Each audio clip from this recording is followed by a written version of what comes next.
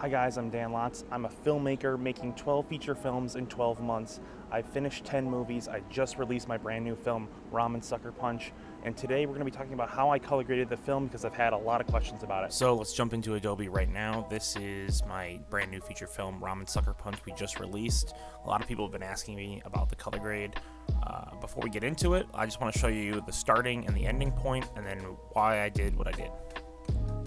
So if you can see, it's very warm tones.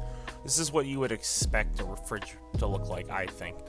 And the second I shot this, I knew this was not going to be the color or the tone of the scene. I wanted it to be much moodier and much more dingy and disgusting. So we had this end result. First of all, when you go into cinematography or color grading, I think you need to have what I would say an objective going into it. You need to have either a reference point or some sort of color scheme that you're working with beforehand. For me, I knew that green and blue was going to be a big color scheme, and I drew a lot of inspiration from Christopher Doyle's films like Chungking Express. He did cinematography on, as well as other films by Wong Kar Wai, and they have this very green-blue aesthetic that I think looks very like both beautiful and disgusting at the same time. So again, this is where it started, this is where it's going.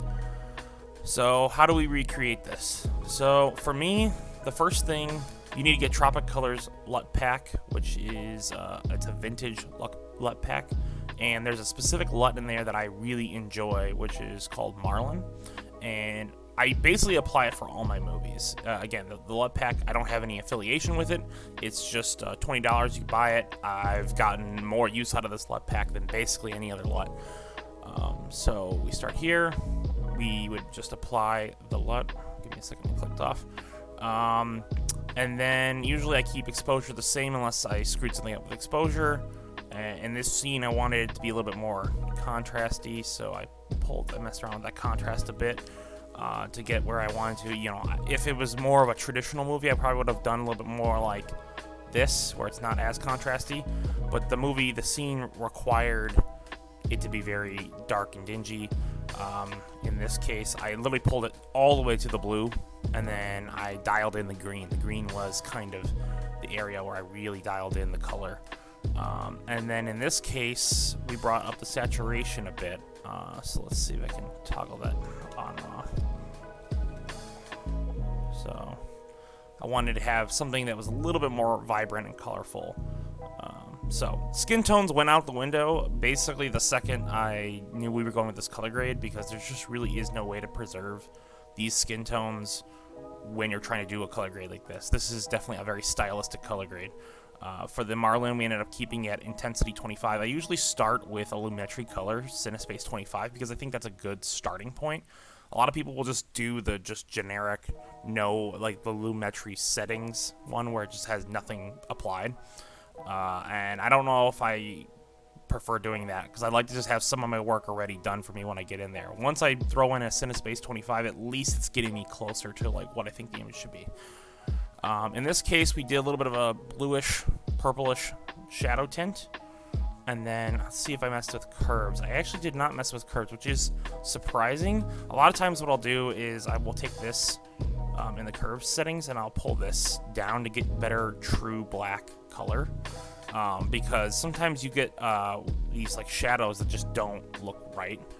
And if you ever need that, I would say just take this, drag it to the very bottom, and then drag it to the right till you get something that you feel is both representative of the color of the movie, but not too crushing of the black tones, because that ultimately is important to keep preserved. So that's one shot. Let me show you one more, and then we will finish this tutorial.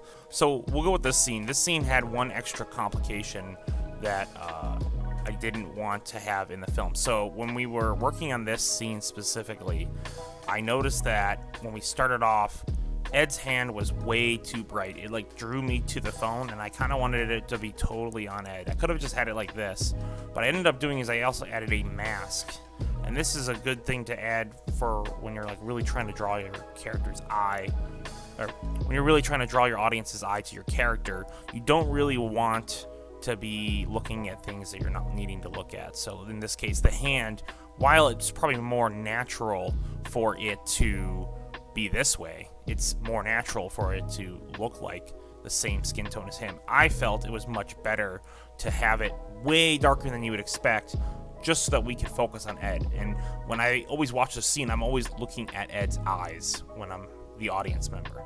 And in terms of the color grade, I think the color grade was basically the same in most areas, just because of the same lighting, but that was one extra thing. So sometimes when you're trying to do a scene and you don't want people to be looking in a different direction, just mask around it. Thanks for watching this video on color grading. Hopefully you found it useful or interesting. I have a new video coming out tomorrow that is a secret. I can't tell you guys here, so